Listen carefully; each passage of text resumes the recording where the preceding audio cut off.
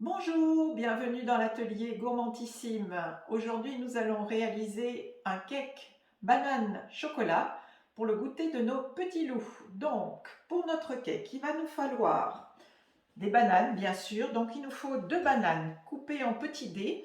Vous allez arroser d'un jus de citron. Ça permet à la banane de ne pas noircir en attendant qu'on prépare le reste. Une troisième banane que l'on coupera dans le sens de la longueur pour mettre sur le dessus du cake quand on l'aura versé dans le moule.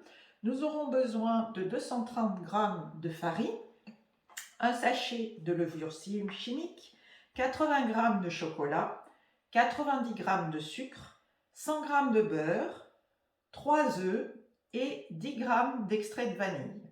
Donc, on va commencer par mettre le beurre dans la cuve du bol. Donc moi, j'ai pesé tous les ingrédients au départ pour plus de facilité pour la présentation de cette recette.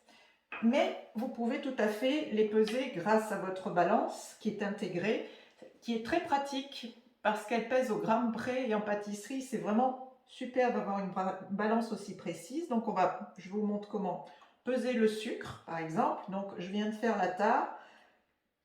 C'est 0. Je vais rajouter mon sucre, il m'en faut 90 g. Voilà, 91. Et maintenant, nous allons positionner le couvercle, notre bouchon.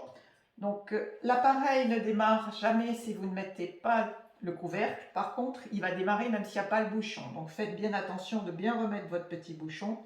Et maintenant, nous retournons à l'écran principal et nous allons programmer donc 40 secondes. Vitesse 3. Nous arrêtons la sonnerie et maintenant on va rajouter 230 g de farine. Nous rajoutons la levure chimique, bien sûr, et nos 3 œufs. Alors je vous rappelle que on ne casse pas les œufs sur le rebord du Thermomix, comme on ne tape pas la spatule de la même manière sur le bord du Thermomix, parce que sinon vous allez déstabiliser cette balance qui est fantastique mais qui est très sensible. Donc je repositionne mon couvercle et une fois de plus je vais de nouveau mixer 40 secondes, vitesse 3.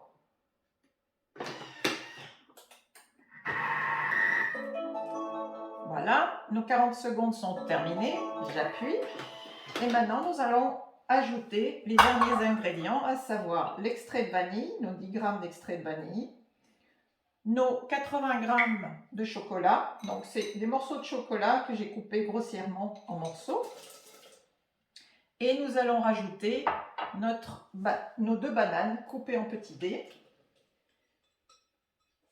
Et cette fois-ci, nous allons mélanger sens inverse pendant 50 secondes. Donc pas de température encore. Et là, donc, nous allons mélanger vitesse 1, puisqu'on ne va pas heurter les bananes. Et pour justement les épargner, pour éviter que le côté coupant de la lame ne vienne les abîmer, nous allons activer le sens inverse. Vous voyez les petites ailettes. Le Thermomix vous marque que le sens inverse est activé. Donc, hop, vitesse 1. C'est parti, tout va être bien mélangé. Et après, nous n'aurons plus qu'à verser dans notre moule à cake et à cuire. Donc, vous voyez, la recette est vraiment très très simple.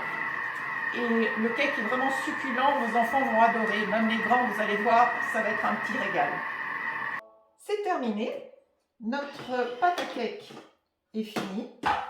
Donc, nous allons la transvaser dans notre moule à cake.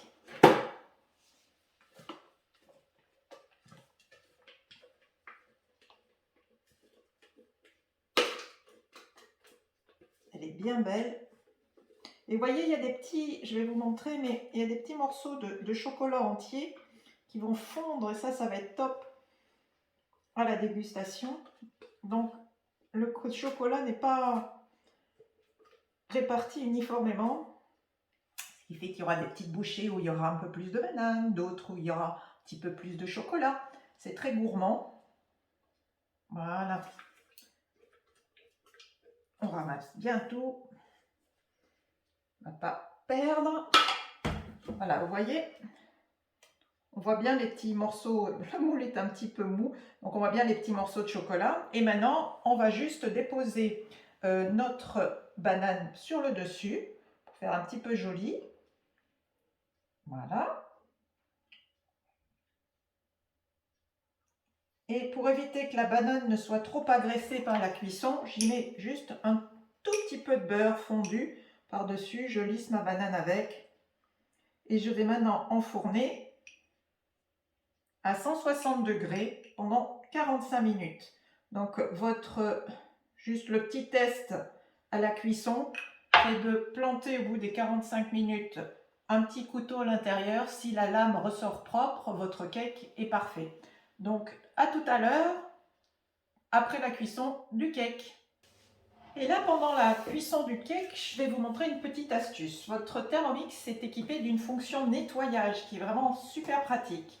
Donc, vous voyez, l'intérieur du bol est assez sale, c'est une pâte à cake, donc assez collante, pénible à nettoyer avec une éponge.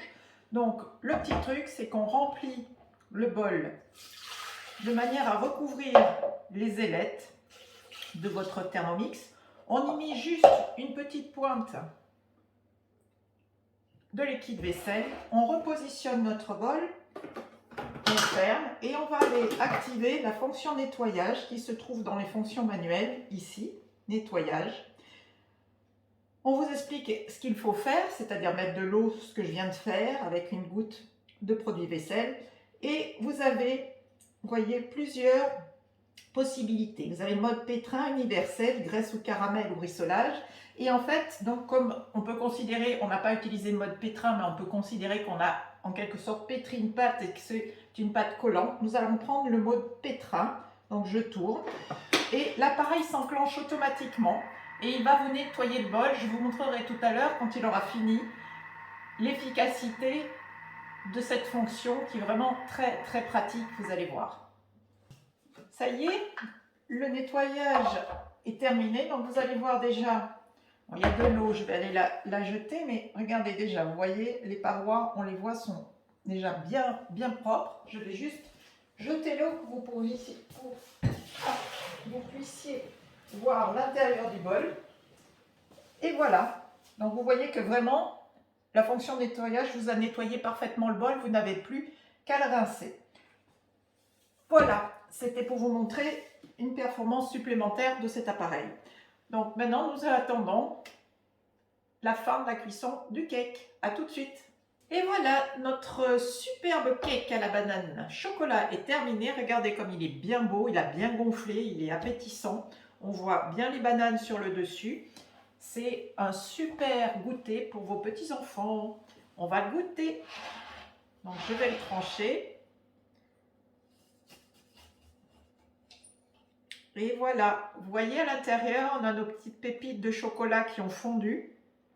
Et ça va être absolument délicieux. Je vais le goûter pour vous. Il est un petit peu chaud, mais c'est pas grave. Il sent tellement bon, tellement. On goûte magnifiquement la banane, le chocolat. L'extérieur est très croquant, bien moelleux à l'intérieur. Vous allez vous régaler. À bientôt!